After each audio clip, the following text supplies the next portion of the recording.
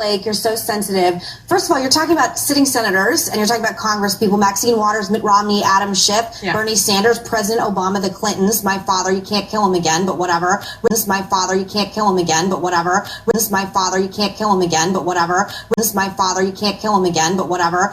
About I win, you lose. The other thing is, when you look at the Congress, though, it's like 24 hours since John McCain was put to death. And John McCain was put to death, and John McCain was put to death, and John McCain was put to death, and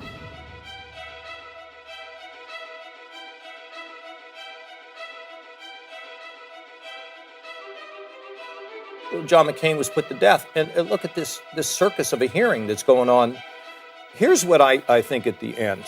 The federal government right now is not functioning. And, you know, every time I talk to your folks, I say, we have to begin to solve many of these problems where we live. Let's talk about the law in war. Is there a body of law called the law of armed conflict? There is such a body, Senator. Is there a body of law that's called basic criminal law? Yes, Senator. Are there differences between those two bodies of law? Yes, Senator. From an American citizen's point of view, do your constitutional rights follow you? If you're in Paris, does the Fourth Amendment protect you as an American from your own government? From your own government, yes. Okay. So if you're in Afghanistan, do your constitutional rights protect you against your own government? If you're an American in Afghanistan, you have constitutional rights as against the U.S. government. Is there a long-standing... That's long-settled law. Isn't there also a long-settled law that goes back to Eisenstrater case? I can't remember the name of it. Yeah, Johnson versus Eisentrager. Right. Eisenstrater case, I can't remember the name of it. Yeah, Johnson versus Eisentrager. Right. Johnson versus Eisentrager. Right. Traeger.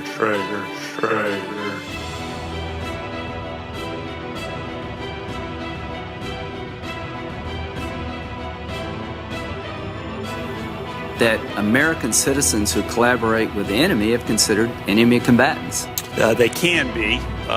They can be. They're sometimes criminally prosecuted, sometimes treated in the military. Well, let's talk about can be. Under Supreme Court precedent. Right. There's a Supreme Court decision that said that American citizens who collaborated with Nazi saboteurs were tried by the military. Is that correct? That is correct. I think a couple of them were executed.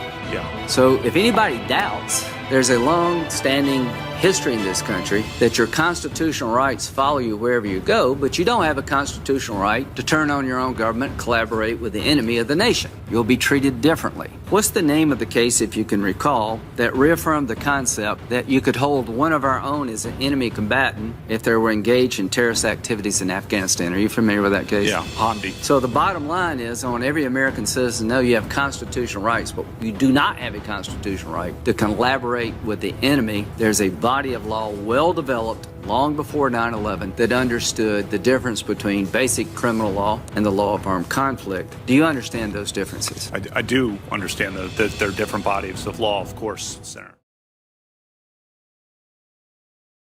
When they drop the hammer on these guys, and I believe there will be executions, and we both know that John McCain was executed, under military tribunals, and which is another reason why Judge Kavanaugh they're screaming so loud. They're trying to disguise it that it's abortion that they're worried about. That's not what they're worried about. They want a solid 5-4 vote for the military tribunals. Because if you notice the line of questioning for Lindsey Graham the other day, he said, hey, if someone who's a civilian commits treason, does it fall under civil or military? And he said military. And that put a shock wave. That put the fear of God in every one of them. That's why they're fighting this guy so hard. It's not Roe versus Wade yet that they're worried about. It's the military tribunals, because they know it's going to cost them lives and they're going to be executed. Wow. Well, you said, this isn't a question, but I'm just curious, you said that McCain was executed. Obviously, there's a story going around that he had brain cancers. That wasn't it? Right.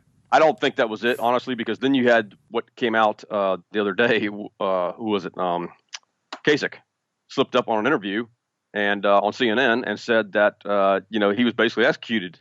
So it was a slip of the tongue.